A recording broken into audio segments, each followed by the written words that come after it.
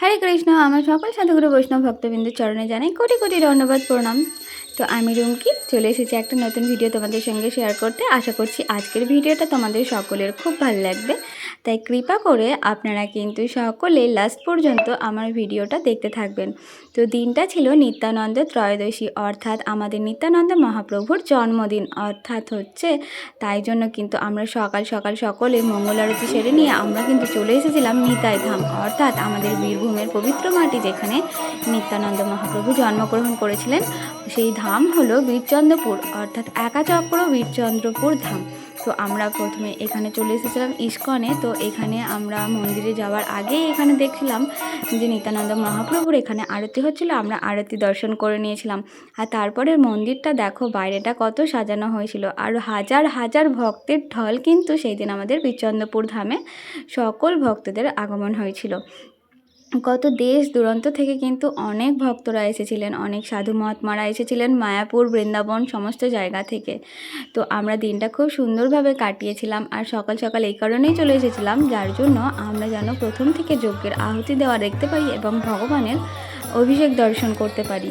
তো ভিডিওটা তোমরা লাস্ট অবধি কন্টিনিউ করো, আশা করছি তোমাদের ভালো লাগবে। দেখুন, নিতাই বিনে ভাই রাধাকৃষ্ণ পাইতে নাই, এটা কথাতেই আছে।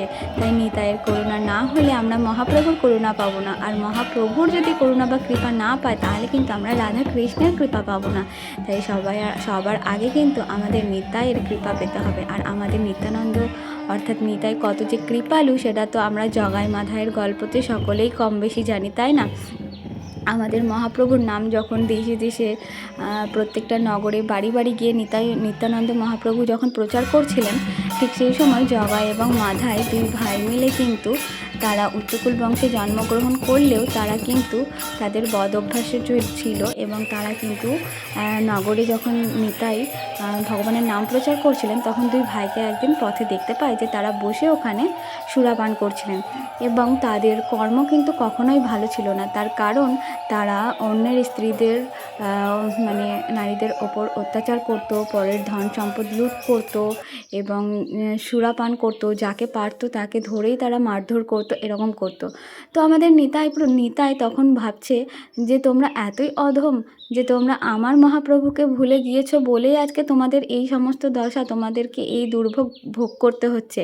তাই নিতাই কিন্তু সেই জগাই মাধাইকে শিক্ষা দেওয়ার জন্য কিন্তু তাদের কাছে গিয়ে বলল, ভাই তোমরা আজ থেকে আমার প্রভু কৃষ্ণের নামকরণ করো, সবসময় কৃষ্ণের নাম নাও, কৃষ্ণের চরণে আত্মসমর্পণ করো। কিন্তু তারা তো মদ্যপানে ব্যস্ত, তারা মানবে কেন? তারা কিন্তু সেই দিন রীতিমতো নিত্যানন্দ প্রভুকে কিন্তু তাড়া করেছিলেন মারবার জন্য। কোনো রকমের প্রাণ বাঁচিয়ে কিন্তু নিতাই সেখান থেকে পালিয়ে যায়। আর ঠিক তার পরের দিন কিন্তু নিতাই আবার আসে সেই দুই ভাইয়ের কাছে এবং সেখানে গিয়ে আবার বোঝায় যে তোমরা এই রকম জীবনযাপন করছো, সেটা একদমই ঠিক নয়, তোমাদের নরক যন্ত্রণা ভোগ করতে হবে। তার থেকে ভালো যে তোমরা আমার প্রভু শ্রীকৃষ্ণের নাম জপ করো এবং শ্রীকৃষ্ণের চরণে নিজেকে আত্মসমর্পণ করো। কিন্তু সেটা মানবে কেন জগাই তখন সুরাপান করছিল। আর ঠিক সেই সময় একটা মাটির কলসি নিতাইয়ের কপালে কিন্তু আঘাত করে ছুঁড়ে, আর ঠিক সেই সময়তেই কিন্তু নিতাইয়ের কপাল থেকে ফেটে গিয়ে রক্তপাত হয়। এই খবরটা যখন তার প্রিয় মহাপ্রভু অর্থাৎ শ্রী চৈতন্য মহাপ্রভু যখন খবরটা পায় তখন কিন্তু রেগে গিয়ে সেখানে ছুটে চলে আসেন এবং সেইখানে সেই চক্রকে, তার সুদর্শন চক্রকে আহ্বান করে জগাইকে মারার জন্য। আর জগাই যখন নিতাইকে মারতে যাচ্ছিল তখন কিন্তু মাধাই জগাইকে আটকে ছিল যে ভাই আমাদেরকে তো কখনো কোনো সাধু মহাত্মা এরকমভাবে জ্ঞান দেয়নি, তাহলে তুমি কেন মারছো? এইভাবে কিন্তু মাধাই জগাইকে আটকে ছিল। এবার নিত্যানন্দ মহাপ্রভু যখন সেই জগাইকে চক্র দিয়ে বধ করতে উদ্যত হলো তখন কিন্তু নিতাই এতই করুণাময় যে তখন প্রভু শ্রী চৈতন্য মহাপ্রভুকে কিন্তু বাধা দেয় যে না, মারবেন না। তার কারণ জগাই যখন আমাকে আবার মারতে আসছিল তখন কিন্তু মাধাই আমার প্রাণ বাঁচিয়েছিল। এইভাবে কিন্তু মহাপ্রভু মাধাইয়ের ওপর খুব খুশি হন এবং মাধাইকে তার নিজের চরণে আশ্রয় দেয়। আর জগাই যখন দেখছে যে তারা দুই ভাই হলেও কিন্তু ভিন্ন শরীর হলেও একই আত্মা এবার মাধাই যখন ভগবানের চরণে আশ্রয় পেয়েছে তা দেখে জগাইয়ের মনের পরিবর্তন হয়েছে, এবং জগাই যখন নিতা মানে মহাপ্রভুর চরণে আশ্রয় নিতে যায় তখন কিন্তু মহাপ্রভু তাকে আশ্রয় দেয় না। কারণ কি, তিনি বলেন যে তুমি যদি আমার প্রিয় নিত্যানন্দকে তুমি আঘাত করেছো, তাই আমার নিত্যানন্দ প্রিয় নিত্যানন্দ যদি তোমায় ক্ষমা করে তবেই আমি তোমাকে ক্ষমা করব। কিন্তু আমাদের নিত্যানন্দ প্রভু তো এতই কৃপালু যে তখন জগাইকে ক্ষমা করে দেয়, এবং তারা তারপরে দুই ভাই কিন্তু ভগবানের চরণে আশ্রয় নেয় এবং সবসময় ভগবানের নাম সংকীর্তন করতে তারা ব্যস্ত থাকে। ভগবানের চরণে সবসময় কৃষ্ণ সঙ্গ তারা সবসময় করেছে এবং নাম সংকীর্তন করেছে।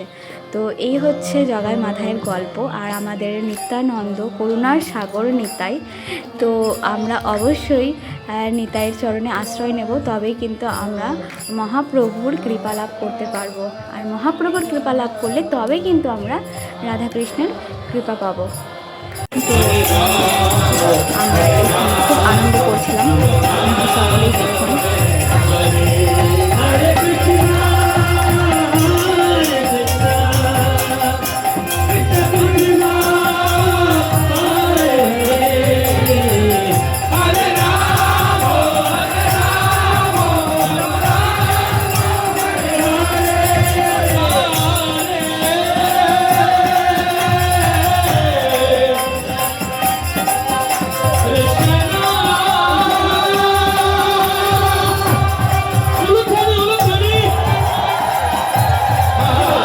নিতাইয়ের কৃপা না হলে কিন্তু কখনোই নিতাই ধামে যাওয়া যায় না। আর এই যে আমরা আজকে সারাদিন এত আনন্দ করলাম যার কোনো সীমা নেই। আর রাত্রেবেলায় মন্দিরটা দর্শন করো সকলে, কতই না সুন্দর লাগছে। তো দেখা হবে আবার অন্য কোনো ভিডিওতে। হরি বল, হরে কৃষ্ণা।